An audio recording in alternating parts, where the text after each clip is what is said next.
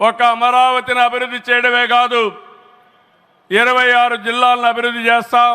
14-19లో అన్ని education institutions వస్తే అన్ని ప్రాంతాల్లో కూడా పెట్టాం. కేంద్ర సహకారంతో 2027కి పోలవరం పూర్తవుతుంది.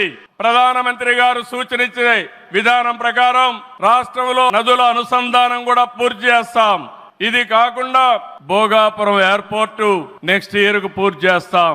విశాఖపట్నం స్టీల్ ని మళ్లీ ఆంధ్రుల ఆత్మాభిమానాన్ని నిలబెట్టే విధంగా 11,440 కోట్ల రూపాయల ప్యాకేజ్ ఇచ్చారు. దానికి మనస్ఫూర్తిగా ధన్యవాదాలు. విశాఖపట్నం రైల్వే జోన్ వచ్చింది, దానికి కూడా కేంద్రానికి అభినందనలు. గూగుల్, TCS వస్తా ఉన్నాయి. 1,43,000 కోట్లతో ఆర్సిలార్ మిత్తల్ స్టీల్ ప్లాంట్ పెడుతున్నాడు. దానికి అడ్డంకులుంటే అవన్నీ తొలగించారు, పూర్తిగా సహకరించారు. దీనికి మనస్ఫూర్తిగా ధన్యవాదాలు సార్. వెనుకబడిన రాయలసీమ పైన ఎక్కువ ఫోకస్ పెట్టాం.